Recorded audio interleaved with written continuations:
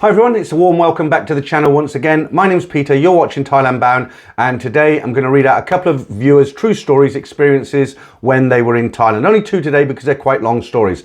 I just want to remind everybody again who sent in stories, if you have sent me in a story, I've received a few emails saying I've sent you a story and you haven't read it out. I only read them out once a week, so unless you've received an email from me saying that I can't use your story, which is very, very rare, I will read it out. Please be patient, it is coming.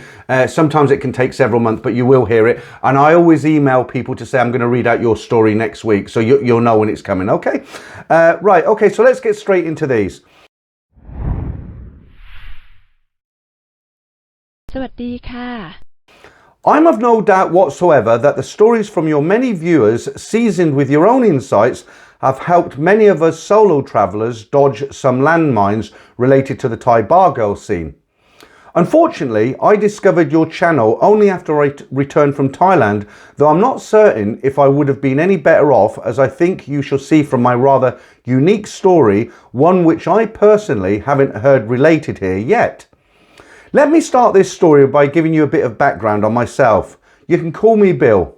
I'm an American and was in the US Navy from the late 1980s through to the mid 1990s, and I saw quite a bit of travelling to Europe, North Africa, the Caribbean and the Mediterranean.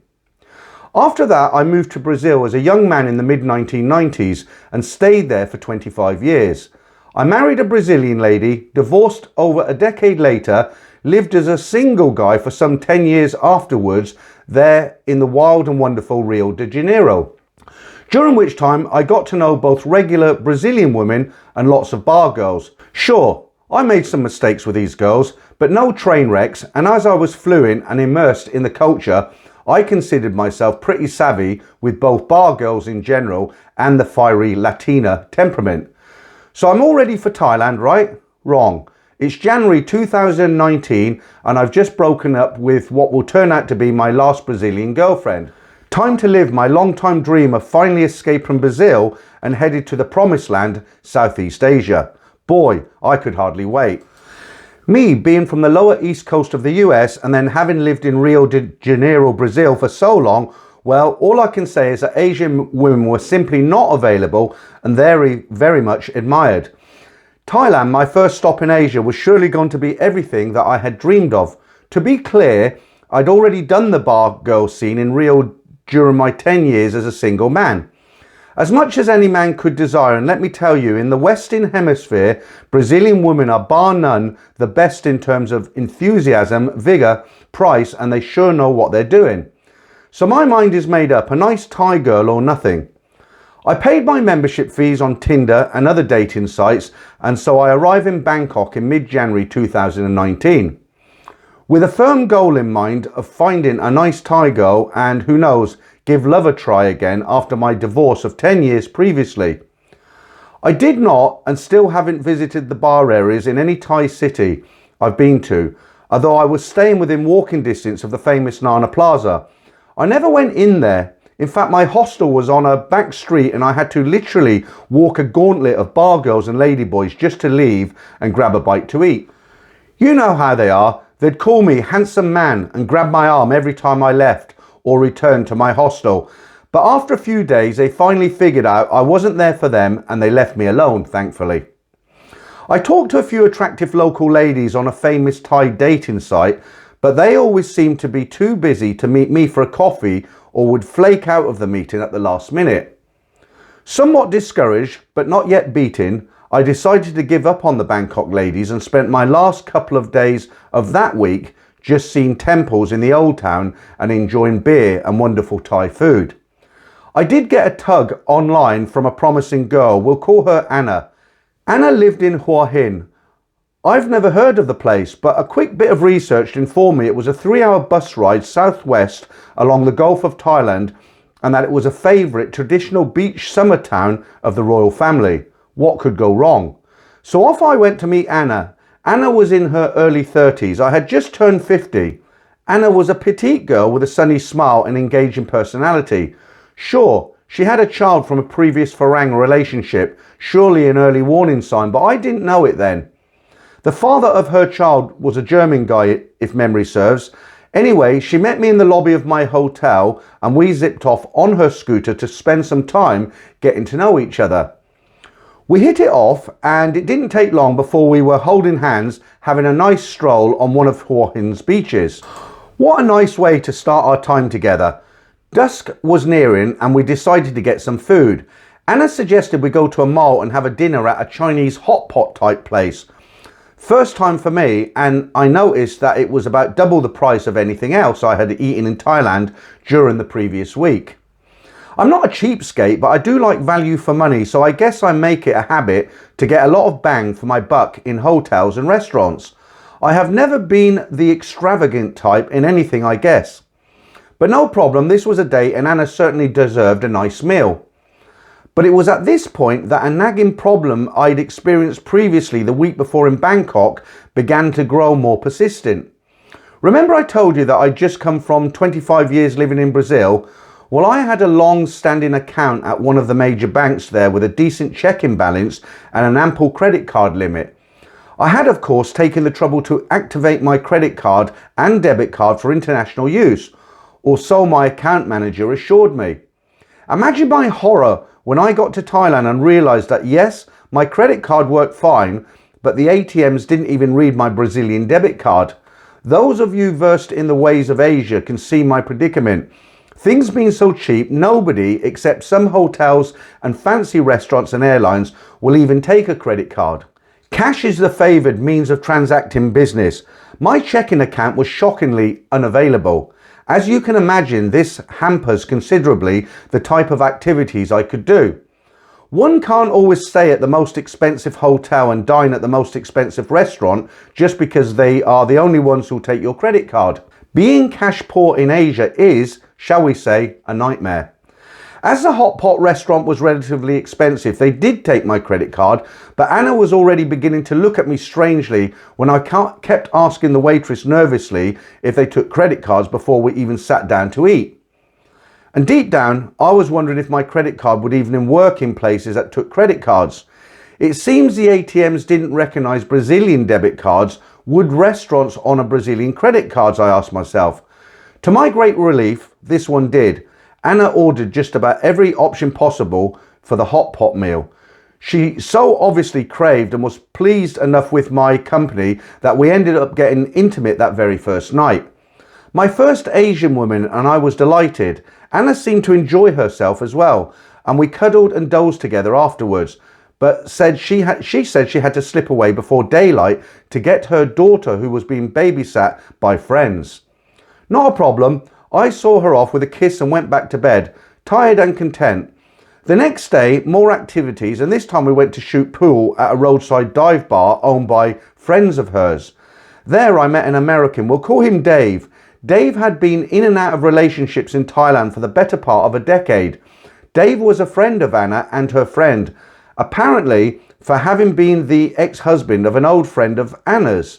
I listened with growing unease as Dave related his sob story to me, a typical train wreck of a relationship that will be all too familiar to many of your listeners. Namely, he met a hot young Thai girl from Isan. They fell in love, or so it seems. Dave gets talked into buying a restaurant which his true love will manage. She runs it with an iron fist and grows increasingly hostile and distant in their relationship.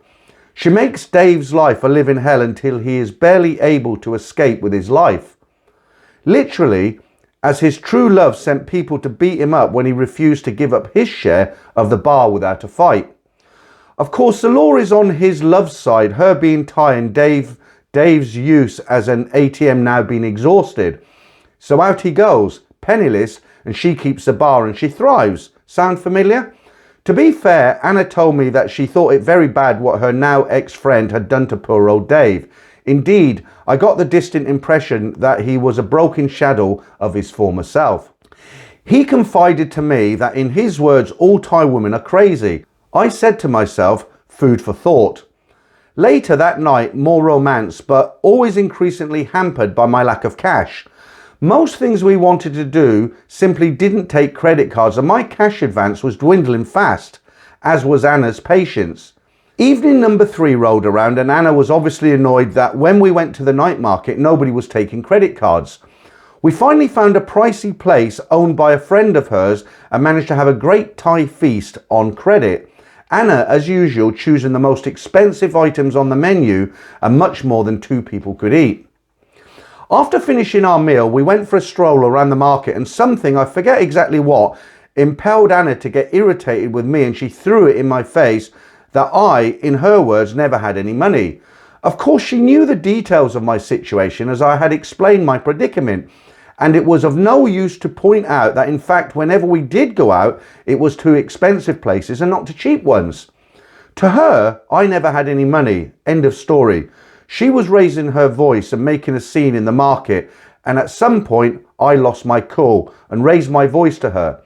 As many of you will already know, it is disastrous to make a Thai lose face in public, no matter how they provoke you. And that's exactly what happened. She flew into an even greater rage. She began to curse me loudly.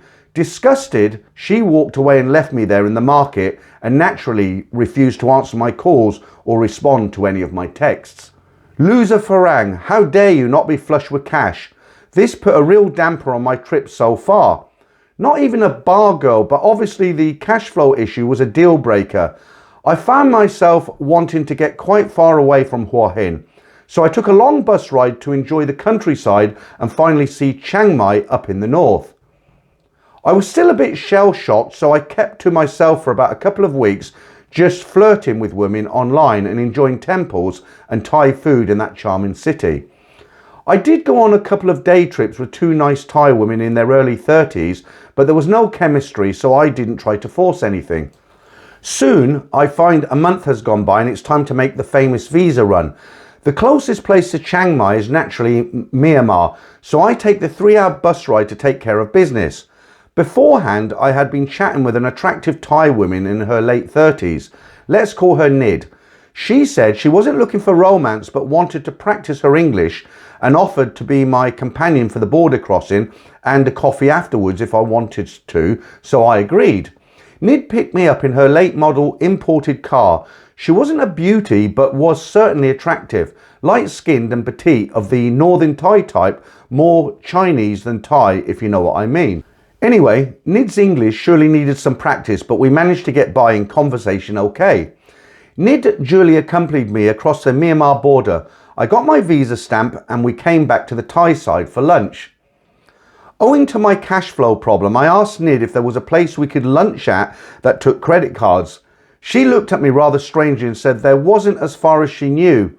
We ended up going to a cheap roadside place that served basic food, rice, noodles and simple stuff.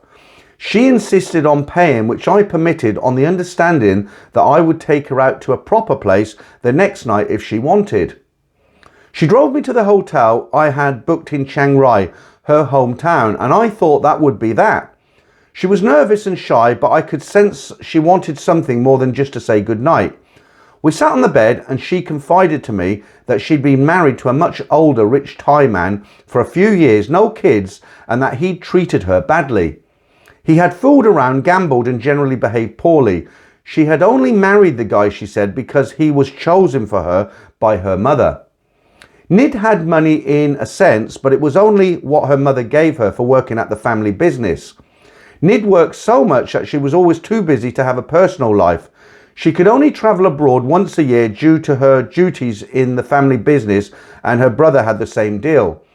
In short, Nid was lovely, it seemed. After the poor little rich girl drama was revealed, Nid and I ended up kissing there sitting on the bedside. At some point she broke away and said she had to go, presumably to beg mother for some time off, but she'd be back later that evening. I reluctantly let her go, not really expecting her to come back. To my surprise, she did return. In about enough time as I figured to go home, give some excuse to mother and return. She brought an overnight kit, an evening gown, toiletries, a change of clothes for the next day. Things were about to get very interesting. And so they did. Shy at first, Nid turned out to be a very tender person, and it was clear she hadn't had male company for quite some time. We slept, cuddled together, and unlike Anna before her, Nid didn't slip away with some excuse. I was surprised when the next day Nid asked me if I would like to spend the next day together with her. I agreed, and we spent the whole day visiting the many wonderful temples and sites of historic Chiang Rai, the huge Buddha structure and all the rest. A wonderful sunny day with Nid, and I was quite content, and she was too. I reminded her that I wanted to take her for a nice dinner that night. One I paid would be fancy enough to warrant credit card acceptance, and she agreed. She dropped me off at my hotel at about 4 p.m. We had a relatively brief romantic interlude, and she left again saying she'd be back by 7 for dinner. Nid did return, but this time with her brother. I tried not to show my surprise. It's a known thing that an Asian girl won't present you to her family unless it's serious, and this was only night number 2. Off we went to a very good fancy Thai restaurant. It soon became very clear the suspicious and non-English speaking brother obviously didn't think I was good enough for his sister and promptly ignored me as much as possible, his only apparent enthusiasm being limited to ordering every expensive item so that soon the table was groaning under the weight of the food. Let's see if the Farang can handle this, haha. When it came to my time to pay, I admit I was a bit nervous, hoping once again that the restaurant accepted a Brazilian credit card. To my horror, the MasterCard machine was offline. I think Nid and her charming brother noticed my unease and suspected something was off. I was nervous because I thought they might think that I was using a fraudulent credit card. Finally, I was able to get the transaction done. Nid's brother drove us back to the hotel. This was to prevent his sister from staying over, as I was dumped back at my hotel, and off they went to Mother's country palace. That night, Nid texted me and said she was sorry she couldn't stay over. I said it was okay. She said she wanted to see me the next day, so I agreed. She picked me up in the morning and we went off to see a green tea plantation, the biggest in the region. We enjoyed a lovely day and went back to my hotel. More alone time in the afternoon, and then she told me she wanted me to meet her mother. I confess I felt this was going all alarmingly fast, meeting with dear brother on day 2 and day 3, and already I was going to meet mother. I agreed and off we drove to the country estate, some 30 minutes away. It was certainly a nice house, obviously belonging to wealthy people. 4 bedrooms and 4 cars plus 2 motorbikes and plenty of backyard with an orchard.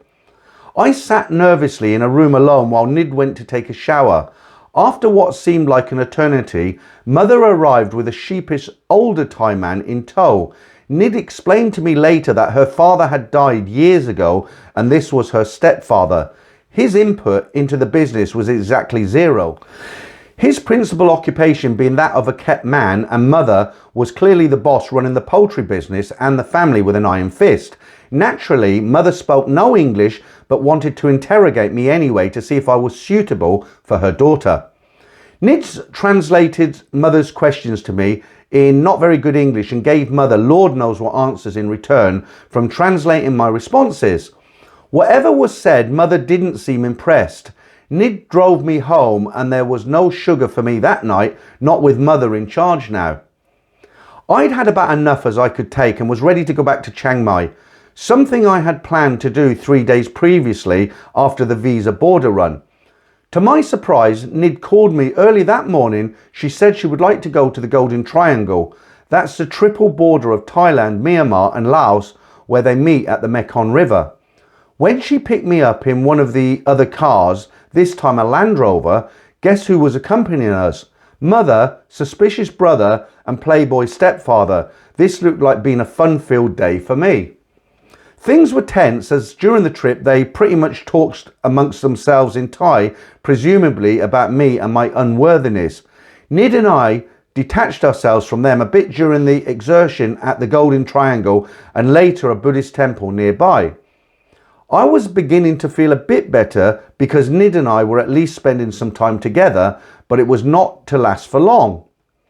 After sightseeing, it was proposed that the Farang would treat the family to lunch beside the Mekong River. No credit card accepted, naturally just cash. Now keep in mind that I had told Nid my predicament of extremely limited access to hard cash after the first day. This lunch situation was doubtless devised by the family to reveal once and for all that the Farang was an impostor and unworthy of Nid's hand in presumed future marriage, and hence of inferior quality to join the Thai family. You get the idea. What followed was probably the most humiliating moment of my life. I told Nid that I simply didn't have the cash. Couldn't we lunch elsewhere? Anywhere. I could use my credit card. Nid was distraught and obviously hated the situation, but said no, mother wanted to eat here. Check and mate. I said, I'll go and sit over there. I'm not eating, I'm not hungry, and therefore I'm not paying a dime, was the message. So eat they did, chatting in Thai about you-know-who, right there beside the historic Mekong River, while I burned with humiliation and seized within the sight of them. Nid at some point begged me to join them, and I did for her sake, but not partaking of any food or drink, and therefore not paying for anything. To call this agonizing is an understatement. When they had finished, the kept stepdad pulled out a wad of his allowance and paid for the family meal. The long ride back to the country estate was, shall we say, uncomfortable. All the while they talked amongst themselves in Thai about me and my apparent disgrace. When we arrived at mother's house, they all disembarked from the SUV, all that is except dear brother. He, it seemed, was going to drive me the 30 miles back to my hotel. I'll never forget Nid's face as she watched her brother whisk me away out of her life. Her eyes said, I'm so sorry. I think I might even love you, but mother won't let me. Goodbye forever. There were a few half-hearted messages from Nid after I returned to Chiang Mai, but clearly it was not to be. The family didn't allow it. After that, I lost any desire to date Thai women. I mean, if we knew what to expect from a bar girl, and this was the treatment to be gotten from a well-to-do Thai, really, what else was there to hope for? I ended spending another 4 weeks backpacking from Chiang Mai all the way to Kuala Lumpur, Malaysia, seeing some 10 other Thai cities on the way, but always blissfully alone. I ended up spending time with some lovely ladies in the Philippines after my Thai misadventures, and later ended up getting engaged to a beautiful Indonesian woman of 28. After 9 months together in Indonesia, COVID-19 forced me back to the USA, where I was forced to stay in a long-distance relationship until literally 3 days ago in early July 2022 when I returned to Indonesia. I hope to be married to her in a month or so, and we'll honeymoon in Thailand. It is, after all, a wonderful country. If you're one of those guys who's contemplating going to Thailand and maybe dating a regular girl, a nice girl, one thing you got to remember, guys, we've lost it a little bit in the West. But in Thailand, the family is so important, and the mother is the head of the family, and the girls literally worship their mothers like a god. I've seen bar girls in Pattaya carry wads of photographs of their mothers. They're almost like shrines, you know. So it's so important to get approval. So, you know, if you date a Thai lady and it becomes serious and you want a hand in marriage, or you want to have a serious relationship, it's so important to get the approval of the family and do everything right. I felt really sorry for this guy, because obviously not having any cash, you know, if you've been to Thailand before, like he said, it's all cash, you know, the 5-star hotels and everything. Nowadays, a lot more places do take credit cards, a lot of restaurants. But, you know, back in the day, he's talking years and years ago, it was a cash society, mainly, as it is very much so today. And the only other thing was, when he was telling the story about Dave, it kind of reminded me of Dave from the Nat and Dave story. It was almost the same story, wasn't it? Anyway, it ended nicely. Good luck to him. He met a nice Indonesian lady, and according to his story, he should be married to her. So that's good. All right, let's now jump into our second story. I first visited Thailand in 1983. I have been married to a Thai lady for 33 years and have likely been back to Thailand 20 plus times in the past 30 years. I have been living in Australia for the last 36 years. My first experience in Thailand was a very short 3-day stopover on the way back to the UK to sort out my permanent migration to Australia. I left a very hot Sydney in January 1983 and landed at the old Don Mueang airport around 9 p.m. later the same day. I have always wanted to visit Southeast Asia after the stories I had read from a few experienced travellers. Being a complete newbie, I, like many, broke most of the unwritten rules when I first visited Thailand. However, I think in 1983 things were more innocent and there was a genuine effort by the Thais to provide a great experience to the traveller, but as expected, at a cost. I was picked up by a hotel minibus and taken to the Impala Hotel. This was either on Soi 21 or Soi 23 of Sukhumvit Road. Although it was not a 5-star hotel, it was quite luxurious by my standards, which was a 3-star motel in Australia. The first night was pretty tame. After having a couple of Singer beers in the hotel bar, I went up to my room. I was surprised when one of the bellboys knocked on my door and inquired if I would like some female company later that night. I declined the offer of company, instead enjoying a book and a good night's sleep. If only I knew then what I know now. The next morning I was a man on a mission. I had heard of a place called Patpong. I was going to get there at any cost. I looked at a map and thought this is not a long walk from my hotel to Patpong. So after breakfast about 9 a.m. I turned right out of the Impala Hotel, made a beeline for Sukhumvit Road. My first impressions on Bangkok were amazing. It was polluted, hot, busy, claustrophobic, but from that moment I fell in love with it. Bangkok was a city where everything is possible. You never know what is around the next corner, the sights, the smells. It was just so much different to my previous experiences in the UK and Australia. Taxis and tuk-tuks constantly stopped and asked me if I wanted a ride. I was quite certain I knew where I was going after about 2 hours of walking in Bangkok. Pre-MRT or SkyTrain, I was starting to have doubts if Patpong even existed. The heat, humidity and pollution was starting to get to me. I jumped in a taxi at that point and just got in and asked to be taken to Patpong. I didn't barter on a price, so a 20-minute taxi ride cost me 400 baht. Later, I was in Patpong 1. Like I said, I made every newbie mistake possible. It was just after midday when I went into my first bar and had a couple of very cold singers to rehydrate. Looking back now, the bars were pretty quiet and tame at that time of the day. Being new in town, I thought I'd found a treasure chest. Over the period of the next 3 hours, I hit about 4 bars. I only remember the name of one though. It was the Band Bar. I had drinks with numerous girls and I bought quite a few ladies' drinks. I could not believe that all of these stunning ladies were so happy to see me. I got all of the usual stories such as, I've only been working here for 2 days and I just have drinks with a few guys. I don't go out with customers, etc. But you're special. If you want me to go back to your hotel, I can. At that time, the effects of many drinks, tiredness and Bangkok's excitement in general started to hit me hard, but I bar-fined one of my new friends. There was a condition: the girl had to be back in the bar by 8 p.m. Without going into any of the details, the next 2 to 3 hours was enjoyed by all. My new friend said she really needed a new pair of shoes. I, like a knight in shining armour, came to her rescue. The shoes and her fee cost me a considerable amount of money, but I was young and had experienced Patpong. The girl left and I guess returned to work. It was all now catching up with me, but I thought I was onto a winning streak.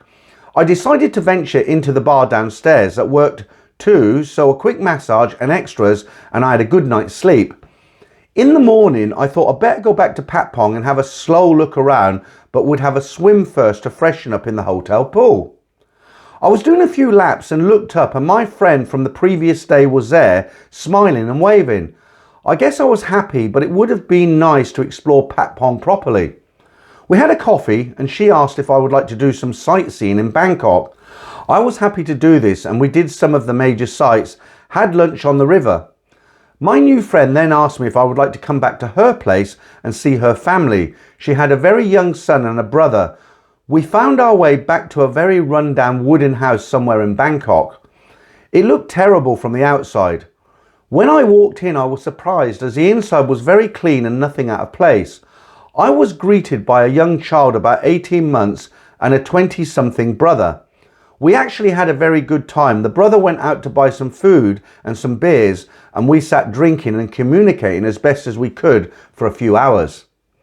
After this, I gave my friend some money for the day, this time not too much, then we parted ways. I guess she left for work in the bar. I went back to my hotel to prepare for an early morning flight to Copenhagen and on to London. This was a tame story, but it was the opening for me to start my love affair with Thailand and the Thai people. Like many, I could never get the memories and experiences of Thailand out of my mind. When I told my friends in the UK and Australia about the possibilities in Thailand, very few even believed me, and even less were keen on experiencing it. It was maybe 2 years after my initial trip that I decided to return to Thailand. I had found a good drinking friend in Australia, and he had always wanted to travel to Thailand. He had almost gone a couple of times previously, but he had been let down by his close friends. We planned a trip, but this time we were going to do a package tour and take advantage the airfare and hotel combinations offered. We were going to Singapore for 3 nights, then flying to Phuket for 7 nights, and then off to Bangkok for 5 nights. So the big day gets here. Both of us were at the airport 4 hours before the flight on Thai Airways takes off. A few beers and we would start our first leg of the trip to Singapore. As I said, we were part of a package tour, but we were really not too concerned about the benefits of the package for the first day or so. We really just wanted to get to the city centre and then get out to a couple of bars. At this stage, the Tropicana and the Jockey Club came highly recommended. We dumped our bags and were out in just over an hour. We ended up meeting and getting intimate with one Malaysian girl and one Thai girl, and in less than 3 hours we were back in our hotel bar reflecting on what had just happened within the last 12 hours. We kind of went our own way for the next 3 days without doing any of the tours or dinners with the group. We thought we would join the group for the trip back to the airport and the flight to Phuket. When we did join the group, they thought we were fictitious as we had not been involved in any other activities. There was some complaining from a few of the group about our behaviour with the females in Singapore, but isn't that the point of going to Southeast Asia? Next stop, Phuket. Well, Phuket in 1985 was very different to how it has developed today. Bangla Road was a dirt road but still had bars. Patong Beach was clean and you could still catch lobsters in some of the sheltered bays. We stayed at Rahway Beach but made it across to Patong a few times. Rahway Beach was very quiet then and there were some nice islands just offshore. My friend and I loved Phuket so much we decided to come back to stay for longer the next year.